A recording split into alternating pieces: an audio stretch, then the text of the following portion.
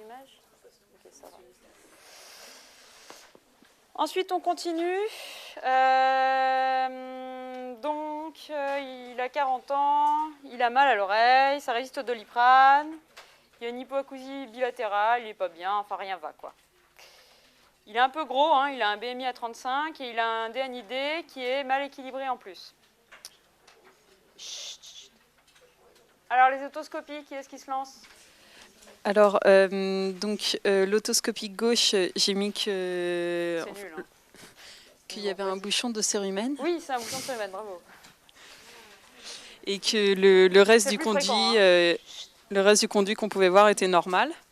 Oui, ouais, c'est une bonne idée d'avoir Et ensuite, autoscopie droite, j'ai mis qu'il y avait des débris, comment j'ai appelé ça? Des débris squameux. Et donc, j'ai dit que c'était une otite externe droite. Ah, c'est bien. Bon, bah, c'est très bien. Tu pouvais aussi dire que le conduit était rétréci, du coup, bon, voilà. Ok, donc c'est effectivement les deux motifs de consultation les plus fréquents en ORL en ville, hein, et aux urgences ORL aussi. Alors, quel facteur tu connais qui favorise cette pathologie? Ça, c'est du cours, c'est bête. D'accord. Pas très intéressant. Il y a le traumatisme du conduit auditif Oui, externe. oui, c'est bien. Après, si tu ne le sais pas, tu peux effectivement faire du bon sens. C'est l'avantage de l'ORL, souvent c'est du bon sens. S'il est diabétique... Oui, le diabète, effectivement. Oui. Donc, on a dit traumatisme, tu m'as dit? C'est ça? Tu m'as dit humidité. Alors, le mot-clé, c'est baignade en eau chaude. Bon. Le diabète, ouais.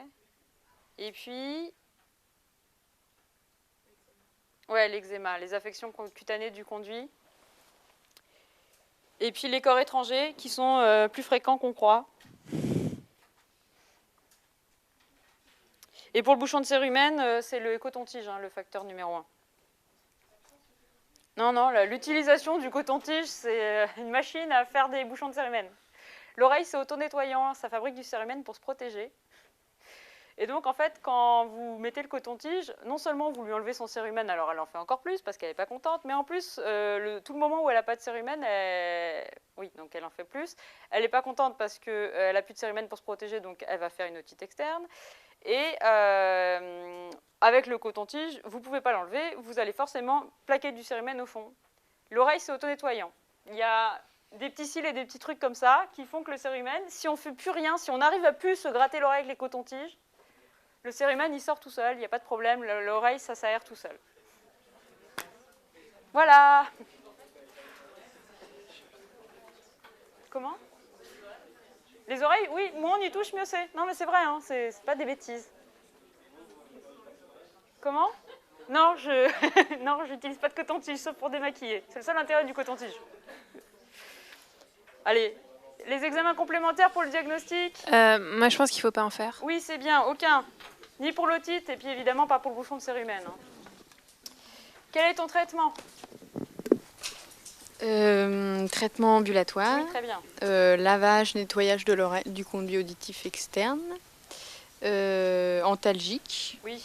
Goutte d'antibiotiques au flossette dans l'oreille droite. Oui, c'est bien. Surveillance, si complications. Et puis... Il y a 2 trucs importants. Il faut le mettre en fluo. C'est du bête et méchant. Hein. Faut mettre antibio, enfin... T'as dans ton énoncé, si je me suis fatiguée à t'écrire qu'il avait un diabète de type 2 mal équilibré par des prises de metformine, alors que j'y connais rien. Rééquilibrage du diabète. Voilà. Non, je rigole, mais c'est ça. Enfin, il faut vraiment que vous mettiez dans la tête qu'il n'y a aucun mot qui sert à rien dans les énoncés. D'accord? Donc, j'ai vu qu'il y en a plein qui le font déjà. Vous lisez l'énoncé avec un fluo, un stylo, ce que vous voulez. Et c'est un enfant, vous le mettez dans un coin. Il fume, vous le mettez dans un coin. Il est diabétique, vous le mettez dans un coin. Il y a des anti-inflammatoires, vous le mettez dans un coin. Il vient du Mali, vous le mettez dans un coin. Tous les trucs qui font tilt, ça va resservir à un moment, c'est sûr. Il n'y a aucun mot qui sert à rien, c'est sûr. Donc, effectivement, il fallait traiter le diabète aussi. Enfin, mettre un mot pour dire qu'on s'occupait du diabète, quoi. Et quels antalgiques tu mets sur une otite externe, a priori? C'est un peu de la culture G, ça. Hein. Ça peut servir aux urgences. Ça fait super mal, au moins une classe 2. Au moins une classe 2. Ouais, ou un effet algancodéiné. Ok, c'est bien. Très bien. Et l'otite externe, donc tu mets des gouttes et tu mets une petite mèche dans l'oreille. Hein, c'est important. Et du coup, il faut, comme on met une mèche, retirer la mèche. Donc le revoir en ORL. OK. Alors ensuite, il demande s'il est contagieux parce qu'il a des enfants. Ah oui, il a 40 ans. Je sais pas. Je crois que non. Non, Mais c'est voilà. pas contagieux l'otite externe. C'est une infection qui est purement locale. Même les, je ne sais pas qui demande, même les mycoses de l'oreille, les otites, tout ce qui est l'otite externe, c'est un problème local. Pas d'antibiotiques par voie générale, jamais, jamais, jamais, jamais, jamais, surtout pas à l'internat, à l'ENC. Et ça, c'est pas contagieux. Par voie orale. D'accord. Tant que c'est qu'une otite externe, pas d'antibiotiques par voie orale pour l'examen. La dernière petite question, tu as mis de l'oflocète tout à l'heure pour traiter, c'est bien. Quand vous avez, si le jour J vous avez oublié quelle goutte vous mettez de l'oflocète, parce que l'oflocète, on peut tout le temps le mettre, c'est pas autotoxique, contrairement au polydexa. D'accord? Donc si vous avez oublié, vous mettez de l'oflocète, c'est parfait, ça marche tout le temps. Oflocète, oflocète, oflocète et oflocète, non c'est tout. Bah ouais. Non, non, non. C'est un aminoside avec des corticoïdes.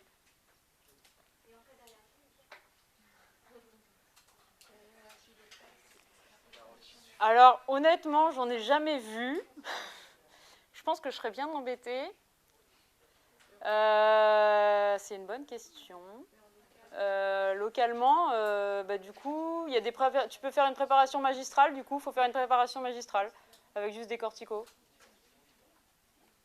Mais ça n'existe pas une allergie à l'oflocète par voie locale. Je ne pense pas que ce soit décrit en fait. Je pense... Oui, l'oflocète c'est pas autotoxique. C'est pour ça, on le met tout le temps. C'est magique. Polydexa, non, pas magique du tout.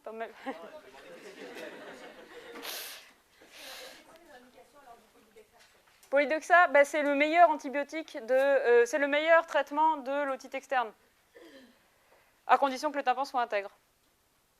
D'accord? C'est juste que si vous êtes en cata le jour J, que vous ne vous souvenez plus de rien, l'oflocète, vous le mettez et vous êtes tranquille. C'est tout. Bon, ça serait bien, mais c'est compliqué, ça n'existe plus. Il faut faire une préparation magistrale, les gouttes de corticoïdes toutes seules. Non, c'est pas faux. L'otite externe chez un diabétique, est-ce qu'on saute tout de suite au plafond? 90% du temps, ça va bien se passer. Donc, on ne saute pas au plafond. Bon, là, c'est un dossier d'internat, donc forcément, ça se passe mal. Mais dans la vraie vie, on ne sait pas très bien. C'est hyper rare, l'otite maligne externe. On ne sait pas très bien pourquoi est-ce qu'il y a certains patients qui ne sont pas si déséquilibrés que ça et qu'en font. Je peux y aller? Ouais. Je peux y aller? Je peux... Ah oui, pardon. Alors, je ne sais plus où on en est. Oui. Question 6. Donc, lui, il ne va pas bien, il ne revient pas, et il n'a pas mis ses gouttes dans l'oreille. Vas-y. Quelle pathologie est à craindre? Une otite externe maligne. Oui. Devant le terrain, c'est un patient diabétique. Ouais. Devant aussi la mauvaise observance. Oui. Il a des douleurs intenses. Enfin, pourquoi? Parce qu'il a des douleurs intenses et qui résistent aux antalgiques. Il a une autorée séreuse à droite et il a surtout une paralysie faciale droite. D'accord. Voilà. C'est bien. Ensuite, quelle est l'étiologie habituelle? Oh là, la question elle est bizarre. Quelle est l'étiologie habituelle de ce problème?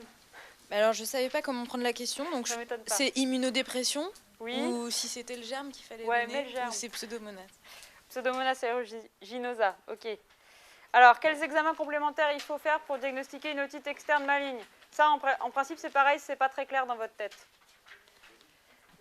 Vas-y. C'est pas clair dans ma tête, je sais pas. Tu sais pas? La voisine assez ou je réponds? Comme vous voulez.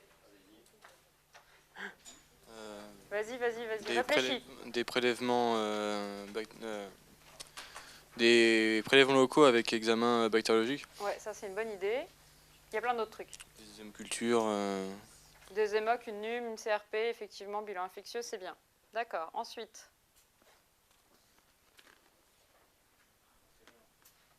Oui, un scanner. C'est quoi une otite maligne externe en fait? C'est une ostéite de la base du crâne. C'est clair pour tout le monde ça? Ça n'a rien à voir avec l'otite moyenne. Alors dans les bouquins, il y a écrit traitement chirurgical, machin, machin, machin. C'est pas vraiment vrai ça, parce que bon, enlever la base du crâne des gens, on essaye de pas le faire.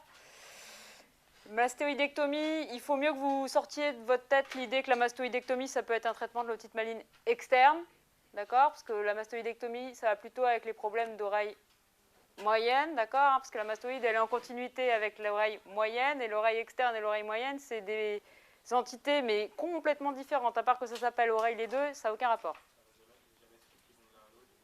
Il n'y a pas de trucs qui vont de l'un à l'autre en principe, non. Dans le traitement, oui, il n'y a pas vraiment de traitement chirurgical à l'otite. Je sais que c'est dans les bouquins, mais ça n'existe pas. Hein. Et sur le scanner des rochers, tu cherches quoi?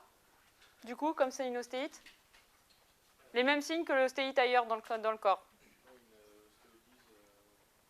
Ouais. C'est bien. Une ostéolyse. Ensuite, quel est le traitement? Donc, je viens de dire que c'était pas trop chirurgical. Vas-y. Pardon. Ouais, c'est pas trop chirurgical, mais je sais que c'est dans les livres, donc bon.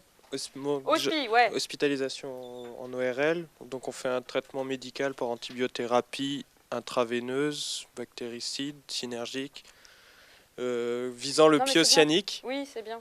Et donc, comme c'est le pyocyanique, il faut 2 antibiotiques. Ok. T'as un exemple? Je sais pas, c'est 3G aminoside, aucune idée. Fortum Ciflox, c'est mieux C'est pour costaud. Pseudomonas. Ok. Et là, les antibiotiques, par la bouche ou par les veines? IV, ok. Effectivement, le traitement de l'otite maligne externe, il faut que vous vous souveniez que c'est une bi-antibiothérapie intraveineuse prolongée. Donc en fait, en pratique, c'est des gens à qui on met des portacates. Bah oui, parce que c'est très prolongé. Hein. La durée, elle n'est pas claire, elle n'est pas codifiée. Donc vous mettez bi-antibiothérapie prolongée. Des fois, c'est 3 mois. C'est horrible. Ensuite. Antalgique, oui. Antipyrétique. Antipyrétique, c'est une bonne idée. Rééquilibration du diabète. Oui, sinon 0. Hein. Là, il faut que le diabète il soit nickel. Et puis, tu traites, donc tu surveilles. Surveillance. Et puis, c'est quoi le traitement? Pas de traitement chirurgical, mastoïdectomie? Pardon? Il y avait traitement chirurgical dans les bouquins, en fait. Oui, c'est ce que je disais. Non. Bah oui, mais bon. Traitement chirurgical de l'otite maligne externe, non. Enfin, vraiment, le traitement, c'est de mettre des antibiotiques et d'attendre que ça traite l'ostéite et point. Et ça passe. Et ça finit par passer. Et ça surveille avec des trucs compliqués comme des scintillo-leucocytes marqués, des scanners de temps en temps, etc. Mais on n'opère pas, ça c'est sûr. D'accord? Et la mastoïdectomie, c'est le traitement des problèmes d'oreille moyenne. Si, la scintigraphie, elle a un intérêt, effectivement. Tu pouvais le mettre dans le bilan. Ensuite. Alors, c'est un audiogramme de l'oreille droite qui montre un rhine ouvert avec une différence entre 20 et 35 décibels. Oui, c'est bien. Donc, c'est une surdité de transmission. Oui. Voilà. Et donc... De côté. Ah, tu l'as dit, pardon. Excuse-moi. Vas-y. Je n'avais pas dit le côté. Voilà. Et par contre, je me demandais s'il y avait une surdité mixte sur les 4000. Il y a effectivement une petite chute sur les 4000 parce qu'il est... Je sais plus quel âge il a. Ouais, il n'est pas super vieux. On peut... C'est pas très significatif. C'est bien de l'avoir dit, c'est pas faux. Je ne l'ai pas à côté là. Et donc, tu sais pourquoi il a une surdité de transmission?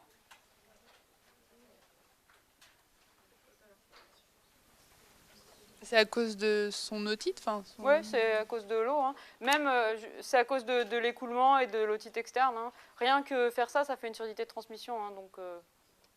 Donc, qu'est-ce que tu lui dis au monsieur? Je lui explique ça, que c'est à cause de son otite et qu'en traitant l'otite, il sera plus sourd. Voilà, super, donc tu le rassures.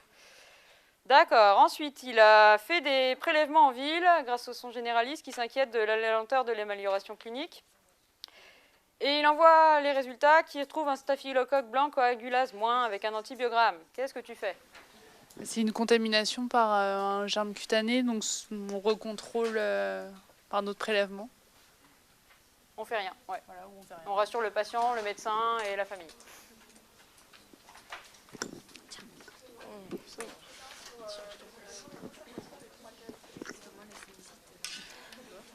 C'est là qu'on calcule la moyenne, c'est l'audition utile en fait. Ça, tu t'en fiches.